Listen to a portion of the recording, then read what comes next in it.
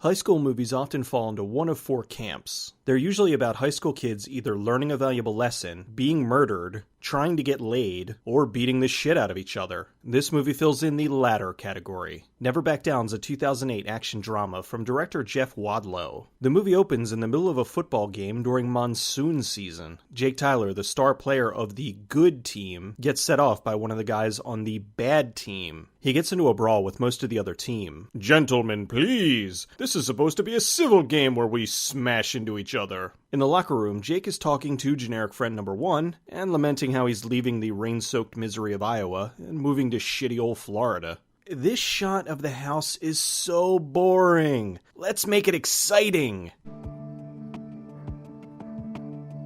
Jake heads home and his mom is upset that he's been fighting. Think he's looking pretty good for taking on a football team. The next day, Jake and his brother Charlie are packing. Wait a minute. A gray color-corrected movie from Summit Entertainment that opens with a mopey high school kid moving to another state? This is dangerously close to Twilight territory. Jake finds a box with some of his dead father's things. Well, I'm sure that'll come back later in the film. We begin the first of many montages. Jake and his family travel to Florida. Jake heads to the first day at his new school. Yeah, good-looking guy in peak physical condition and nobody wants to be friends with him? Sure. He sees a fight going on and tries to stop it, but it turns out the little doughy kid wanted to fight.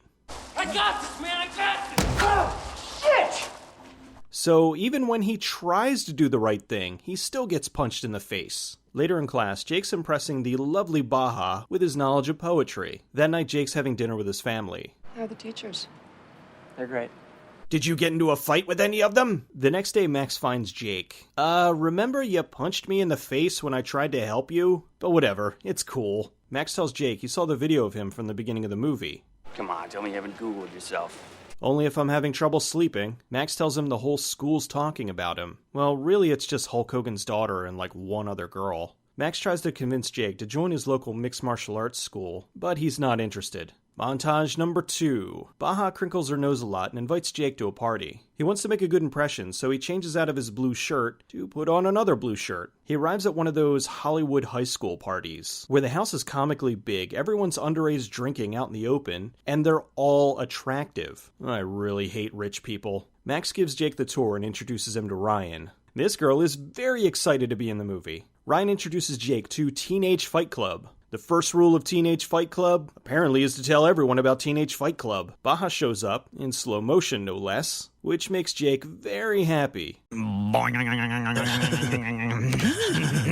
Until he finds out she's Ryan's girlfriend. Ryan lets him know the reason he got him to the party was to fight. Okay, now he's taking off his pants. Perhaps he's looking to do something else that begins with F. Jake tries to leave, but Ryan taunts him about his father, which sets him off, so now he wants to fight. Ryan beats him, but Jake won't stay down until he knocks him out completely. Jake was just beaten unconscious, so Max drops him off at the house instead of, the hospital. Jake isn't looking too good. He decides to stay home from school today. So this giant party was on a school night? What are weekend parties like? Cocaine and automatic weapons? Max shows up to try to convince Jake to join the MMA club again, so he can learn how to fight back against Ryan. The next day, he shows up at Roca's Combat Club, run by Brazilian champion Jean Roca. Good to see Jake's mutant healing powers kicked in. Jake convinces Roca to let him join the advanced class. We now enter into training montage number 1. He's doing great for someone who just yesterday had a concussion, cracked ribs, and possible internal bleeding.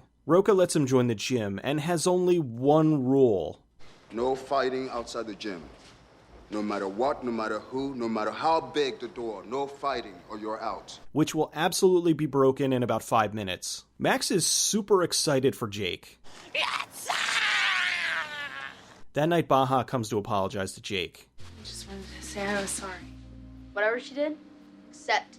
I agree with Charlie. Jake's training on the heavy bag, and Roca shows him how to harness his breathing. Essentially, this is going to be the crane kick moment of the movie. Training montage number 2, followed by cleaning montage. Jake's mom investigates his duffel bag to find his MMA gear. Why can't you do drugs like a normal teenager? Baja dumps Ryan for what he did to Jake. Ryan mocks Jake's dad, which makes him go nuts in MMA class until Roca kicks him out. Max is giving him a lift home when some jocks piss him off, so he beats them half to death. This ends up on YouTube and goes into Jake's jock fight montage. Ryan sees the Baja's into Jake, so he beats him up in the bathroom and challenges him to a tournament called The Beatdown. Jake asks Max about the beatdown, so he takes him to realfightsforreal.com, because I guess Real Fights Totally for Realsies was taken. Jake shows up for class, but since he was in a fight outside the gym, Rocha kicks him out. Either that or he made a mess in the corner. Out! Jake confronts Rocha at the grocery store to ask for a second chance. Rocha forgives him and starts training montage number 3. Why are we fighting in the doorway and not further in on the mats? Oh, right, because this shot looks so much cooler over here. Rocha opens up to Jake about how he lost touch with his family. Jake apologizes to Baja, so I guess now they can go off-roading.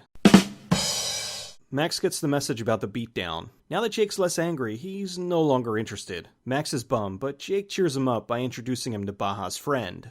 So, you play Xbox a lot? Hey, that's my line. Jake and Baja are roughhousing, and Jake shows her some MMA moves. Do you want to tap out? Oh god, I don't know what I'm supposed to do here. Am I supposed to tap, or... I don't want this to stop. I tap?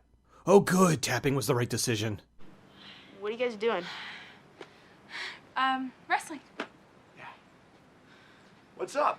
Your penis. Poor guy has to sad boner walk out of the room. We find out Ryan's an asshole because his father is an asshole. One of his cronies tells him that Jake backed out of the beatdown. Jake invites Max over to his house and beats the living shit out of him. Ryan's goons drop Max off at Jake's, and they rush him to the hospital. Jake angrily takes the keys to Max's car. He gives this big speech to Rocha about why he has to fight. Back at the apartment, Jake's getting ready for the beatdown. Where are all my blue shirts? Since he's all out of blue shirts, he has to wear his father's shirt. Jake's getting pumped up for the fight by listening to Kanye West. This song makes me want to hit things too. Usually Kanye. He heads to Club Zero, and this guy's doing the robot. They lock the doors and clear the room to start the beatdown. One quick fight, and they move right into the Jake and Ryan fight? They didn't want to waste any time. Oh, it was a mistake so they can pad things out. Build more tension. The next 10 minutes is Jake and Ryan making their way up the tournament ladder. Jake goes up against Chickenhead, who seems to be using the Mortal Kombat 9 X-ray moves. Jake almost loses, but does a reversal and wins by choking the chicken. Ryan cheats, so he gets disqualified. Now with Ryan out, Jake has no reason to fight, so he taps. Ryan confronts Jake in the parking lot, and now the real fight begins. Everybody leaves the club to go watch the fight. More X-ray moves. That's my car! Jake remembers his training and knocks Ryan out. Now, please take me to the hospital. A few days later, hey, I know you've been tormenting me for months and you put my friend in the hospital, but now that I beat the shit out of you, we understand and respect each other, right? Respectful nod, respectful nod. So now that everything's cleared up, we get the ending montage. Jake and Ryan understand each other, Max has a girlfriend, Baja's still hot, and Rocha closes the gym to go visit his family. In the end, Jake learned a valuable lesson, that violence is the answer. The movie was filmed mostly in Claremont and Orlando, Florida, for about $20 million.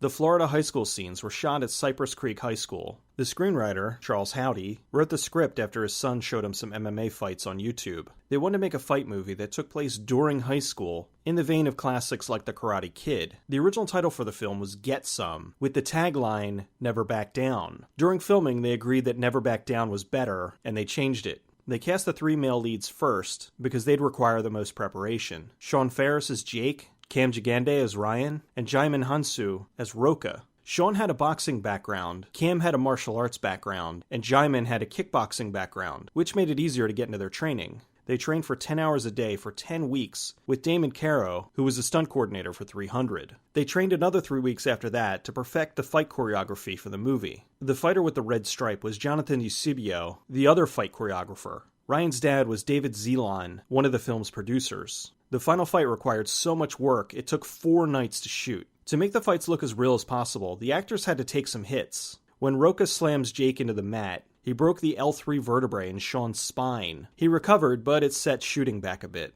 Director Jeff Wadlow got his break in the industry in a very unique way. He entered his short film, The Tower of Babel, into the Chrysler $1 Million Film Festival. After winning the $1 Million grant, he took the money and made the clever horror mystery film, Cry Wolf. He followed that up with Never Back Down, and recently directed Kick-Ass 2. He's currently one of the frontrunners to be the director of the upcoming X-Force movie. The movie was shot for R, but since the target audience, according to the studio, was high school students, they toned it down to PG-13. When the film was released on DVD, they restored the original cut. That meant longer fights, blood, and some gratuitous nudity. They also went back into the sound mix and amped up the fight noises, so the bones cracking and punches landing made it feel more visceral. There was a direct-to-video sequel in 2011 directed by Michael Jai White. If you're into this sort of movie, it is definitely worth your time. Never Back Down is a great fight movie. Even though I'm not a fan of the constant zooming, they didn't do that during the fights. The fight choreography was great, and I was impressed at how they stayed on the fighters, rather than relying on quick cuts and shaky cam. I like that they went practical with the blood and only used CGI when you couldn't tell it was CGI, like the birds. The cast was impressive, and the addition of Amber Heard is always appreciated. A very entertaining and well-put-together fight movie that's part Karate Kid, part Fight Club, and part UFC. I know you're all wondering if there's an exploitation version of this. There is, and it's spectacular.